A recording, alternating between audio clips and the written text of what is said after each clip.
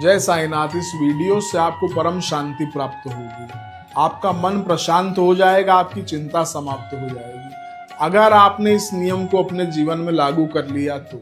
देखो, जीवन में सब कुछ कभी एक साथ प्राप्त नहीं होगा। इस बात को जितना जल्दी स्वीकार कर लेंगे उतनी जल्दी आपका मन शांत हो जाएगा, उतनी जल्दी आप क्लेश से, मानसिक रोगों से मुक्त हो जाएंगे।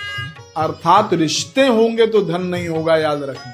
आपके माता पिता भी जीवित हैं, घर के सब लोग जीवित हैं, तो उस समय आपको धन की समस्या होगी, और जब आपके पास धन आएगा तो ये रिश्ते नहीं होंगे। बहुत प्रैक्टिकल बात आपको मैं बता रहा हूं, और ऐसा ही होता है। और मेरे भाई बहन, जब रिश्ते भी होंगे, धन भी होगा, तो आपकी सेहत खराब होगी।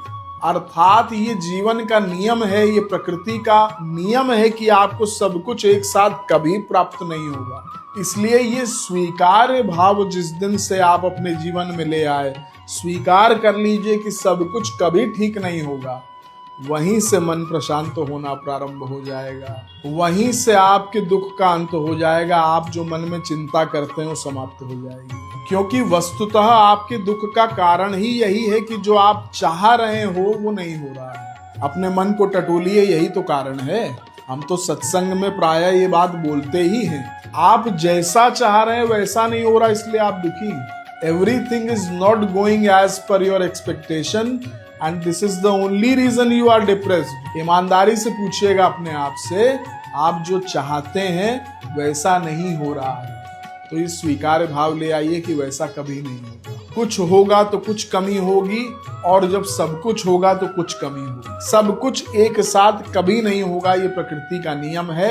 और ऐसा क्यों है? भगवान को मेरे भाई हम और आप कभी याद नहीं करेंगे। सब ठीक हो जाएगा तो हम कभी गुरुजनों की शरण में नहीं जाएंगे। मैंने स्वयं प्रत्यक्ष देखा है, लोगों को ऐसे बदलते हैं कि मैं आपको बता नहीं सकता। मैंने प्रत्यक्ष अनुभव किया है कि अपॉइंटमेंट मैंने लिया, कार्य सिद्ध हुआ, लोग हमें ही भूल गए, फिर कार्य गड़बड़ हुआ, फिर हमारी याद आ गई। तो भगवान की और संतों की कोई पूछ नहीं रहेगी अगर सब कुछ ठीक हो जाएगा तो। इसलिए स्वीकार्य भाव लाइए और आपका चित्त प्रशांत हो जाएगा। जय साईनाथ।